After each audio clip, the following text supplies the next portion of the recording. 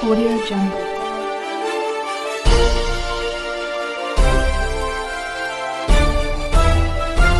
Audio Jungle. मैं रंजन कुमार, नमस्कार। अभी आप देख रहे हैं कंचन न्यूज़। इसे लाइक, सब्सक्राइब एवं बेल आइकॉन दबाना ना भूलें ताकि न्यूज़ का नोटिफिकेशन सबसे पहले आपके पास पहुंचे। अब चलिए खबरें विस्तार से। बार बार तुम ताम की बात करते हैं। आप जोड़ लीजिए 1985 में वो विधायक बने, हम 1980 से विधायक हैं। उम्र में वो 74 साल के हैं, उम्र में हम 80 साल के हैं। तो वैसी परिस्थिति में तुम ताम करना कहाँ का उचित है, उसमें भी विधानसभा में। लगता है कि मानसिक संतुलन वो खो बैठे हैं, इसलिए वो ऐसा करते हैं। हमने तुमको मुख्यमंत्री बनाया। देहात में कहा जाता है कि भले भेड़िया सिर मुड़ाती है, उसको दोहे में चुचुअत होती है, कीड़ा काटता है तो वो सिर मुड़ाता है। उसी प्रकार से नीतीश कुमार 2014 में हार गए। सब लोग कहने लगा नीतीश कुमार इस्तीफा दो, इस्तीफा दो। अपनी लाज बचाने के लिए जीतन मांझी को उन्होंने अंडर एस्टिमेट किया था। समझ लिया था कि ये तो भुइयां मुसहर का परिवार है, हम जो कहेंगे वो करेगा। 4-5 महीना रह गया आगे तो फिर आपको कुत्ता भी नहीं पूछेगा। निश्चित रूप में जीतन मांझी आगे का मुख्यमंत्री होगा। तब इसको हटाने के लिए इन्होंने क्या क्या नहीं किया। राज्यपाल महोदय से मिलेंगे और कहेंगे कि ऐसे मुख्यमंत्री जिनका दिमाग लगता है कि अब कहीं दूसरे जगह चला गया है, इनको बर्खास्त कीजिए, यहाँ राष्ट्रपति शासन लगाइए। 2017 में यही नीतीश कुमार कहे थे, मांझी जी आप लोगों के बारे में सोचा गया है। उस समय एनडीए में थे तो हमने कहा था कि हाँ हमारे बारे में सोचा गया है, मालूम है, हमको गवर्नर बनाया जा रहा है। हम गवर्नर के पद पर नहीं जाएंगे, कोल्ड स्टोरेज में नहीं जाएंगे, हम पब्लिक में रह करके लोगों से काम करेंगे।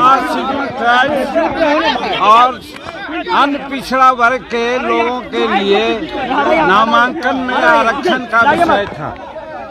हम इस पर बोलना चाह रहे थे पहले, जब सेवाओं में इन सब लोगों की नियुक्ति का जो प्रश्न आया संशोधन का, चूंकि कथित रूप में इनका जो जातीय जनगणना जो किया है उस पर इन्होंने आगे बढ़ने का काम किया।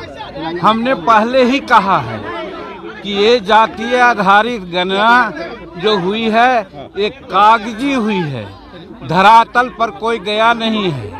और हर समाज में जिसको कम होना चाहिए उसको ज़्यादा किया गया है और जो ज़्यादा है उसका कम दिखलाया गया है। और धरातल पर अगर जाते तो सारी बात होती। ये कहना चाहते थे हम उस विधेयक पर, वहाँ पर माननीय अध्यक्ष महोदय हमको बोलने नहीं दिए। फिर जब ये आरक्षण की बात आई, नामांकन की बात आई शैक्षणिक संस्थाओं में, उस पर हमको बोलने का मौका दिया तो हम बोल रहे थे।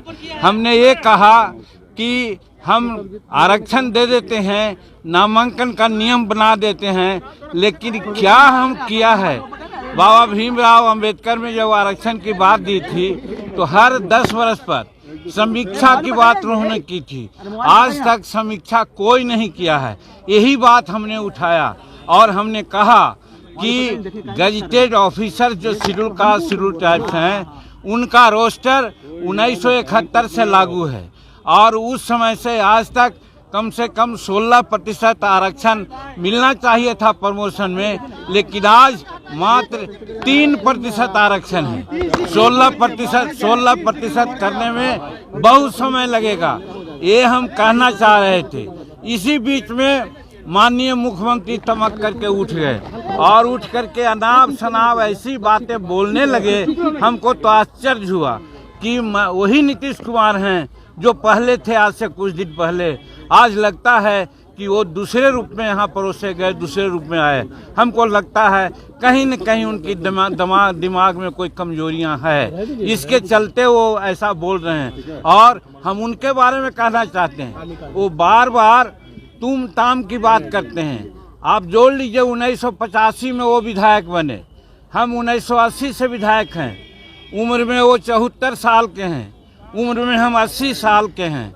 तो वैसी परिस्थिति में तुम ताम करना कहाँ का उचित है, उसमें भी विधानसभा में। इसलिए हमको लगता है कि मानसिक संतुलन वो खो बैठे हैं, इसलिए वो ऐसा करते हैं। पहली बात। दूसरी बात, एक बार कहते हैं हमने तुमको मुख्यमंत्री बनाया। देहात में कहा जाता है कि भले भेड़िया सिर मुड़ाती है, उसको दोहे में चुचुअत होती है, कीड़ा काटता है तो वो सिर मुड़ाता है। उसी प्रकार से नीतीश कुमार 2014 में हार गए। सब लोग कहने लगा नीतीश कुमार इस्तीफा दो, इस्तीफा दो। अपनी लाज बचाने के लिए एक सीधा साधा आदमी को मुख्यमंत्री बनाने का काम किया। जीतन मांझी को उन्होंने अंडर एस्टिमेट किया था, समझ लिया था कि ये तो भुइयां मुसहर का परिवार है, हम जो कहेंगे वो करेगा। आप लोग भी इसका गवाह हैं कि 2 महीना तक मुख्यमंत्री के रूप में उनकी बातें हमने कही। आप लोगों ने कहा कि जीतन मांझी रबर स्टैंप हैं, जीतन मांझी रिमोट से चल रहे हैं। सही बात है, हम आपको धन्यवाद देते हैं। आपकी इन बातों ने हमको प्रेरणा दी, और प्रेरणा के बाद हम जब काम करने लगे तो यही इनके चमचा लोग कहा, ए नीतीश बाबू, जीतन मांझी को आप बनाए थे कि जो कहिएगा सो करेगा, तो वैसा न करके राजहित में ऐसा निर्णय ले रहा है। अगर 4-5 महीना रह गया आगे तो फिर आपको कुत्ता भी नहीं पूछेगा। निश्चित रूप में जीतन मांझी आगे का मुख्यमंत्री होगा। तब इसको हटाने के लिए इन्होंने क्या क्या नहीं किया। हमने इनको कहा कि आप फालतू इतना काम कर रहे हैं, इतना काम करने की ज़रूरतें नहीं है। 2005 में आपने हमको मंत्री बनाया था और लोगों ने कहा कि एक दागी मंत्री आ गया है, तो 4 घंटा के अंदर हमने इस्तीफा दे दिया था। अगर आप चाहते कि मुख्यमंत्री पुनः हम बनना चाहते तो हम इस्तीफा दे देते, इसमें कहीं कोई दो बात नहीं। लेकिन ये बहुत लोगों के कहने पर क्या क्या उसमें कारगुजारी की आप लोग सब लोग जानते हैं। तो कहने का मेरा मतलब है कि नीतीश कुमार हमको बहुत हम योग्य थे इस समझ करके नहीं बनाया। उन्होंने बनाया कि जीतन मांझी भुइयां जात और मुसहर जात सीधा होता है, हम जो कहेंगे वो करेगा। लेकिन हम 9 महीना में जो किया आपके सामने है। और आज जब हम विधानसभा में आरक्षण पर बोलने की बात किया, हम अगर न बोलते तो कौन बोलता। आज हम 43 वर्ष से यहाँ का सदस्य हैं, मुख्यमंत्री के पद पर रह करके और मंत्री पद पर रह करके, राज्य मंत्री के पद पर रह करके, उप मंत्री के रह करके हमने जो अनुभव किया, अनुभव शेयर करना चाहते थे। और शेड्यूल कास्ट, शेड्यूल ट्राइब्स को उचित हक मिले, इसी के लिए हमने कहा कि आज 16% आरक्षण है, लेकिन आप जानते हैं कि कितना आरक्षण लाभ है और कितना लोग लाभान्वित हुआ है। आज हुआ है 7% आरक्षण है। इसको कौन देखेगा। आज 15 साल से ही हैं, इनके बड़े भाई छोटे भाई भी 15 साल से, 30 साल से आज 75, 73, 74 वर्ष हो गया। आज हम लोग मात्र 7 और 8% है, हमारा होना चाहिए 16%। अब जब ये आगे बढ़ा रहे हैं, 20% कर रहे हैं, तो 20% करने से क्या फ़ायदा है जब ये नहीं देखेंगे कि हमको 20% लाभ मिलता है या नहीं। यही कहना चाहते थे, लेकिन इस बात को सुनना नहीं चाहते थे। आगे आप लोगों के माध्यम से यही अनुरोध करना चाहते हैं कि इन सारी बातों को पब्लिक डोमेन में रखें। हम भी भारत सरकार के गृह मंत्रालय में या पर्सनल विभाग में या राज्य सरकार के अन्य राज्यपाल महोदय से मिलेंगे और कहेंगे कि ऐसे मुख्यमंत्री जिनका दिमाग लगता है कि अब कहीं दूसरे जगह चला गया है, इनको बर्खास्त कीजिए, यहाँ राष्ट्रपति शासन लगाइए, और ताकि यहाँ बिहार की जनता को लाभ मिले और न्याय मिले। यही आगे हम लोग करेंगे।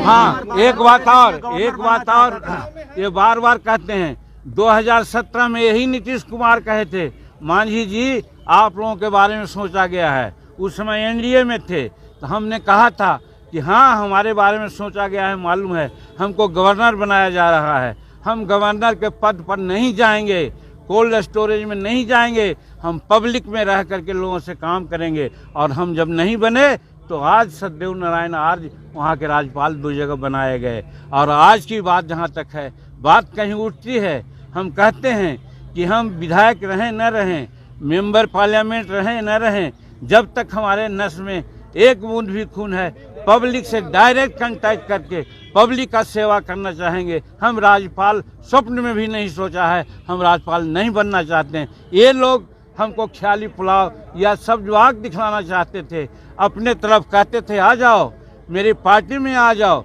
हम क्यों उनके पार्टी में जाते? हम हिंदुस्तानी अवाम मोर्चा सेकुलर बनाया है, गरीबों के लिए बनाया है, 34-35 निर्णय अपने मुख्यमंत्री काल में लिया है। इसको इन्होंने मर्सिलेसली कुछ नहीं देखा, सबको कैंसिल कर दिया। अगर वो आज रहता, लागू होता तो आज बिहार की स्थिति आगे बढ़ती। आज ये फिजूल खर्ची में पड़े हुए हैं। बताइए, नया म्यूजियम हाउस से पुराना म्यूजियम हाउस में अंडरग्राउंड जो बनाया जा रहा है 6,000 करोड़ रुपया की क्या जरूरत थी। और दूसरी बात ये हम कहना चाहते हैं कि आज पैसा है तो आज गरीबों को जो 60 वर्ष 70 वर्ष गुजार दिया उनको पेंशन देना चाहिए। अगल बगल के लोगों को 1,000 रुपया, 1,500 रुपया और 2,000 पेंशन मिलता है। यहाँ 200 रुपया पेंशन मिलता था, जिसको 200 हम बढ़ाया, 400 रुपया मिलता है। उससे कोई न्यू अपडेट के लिए देखते रहिए मैं रंजन कुमार, कंचन न्यूज।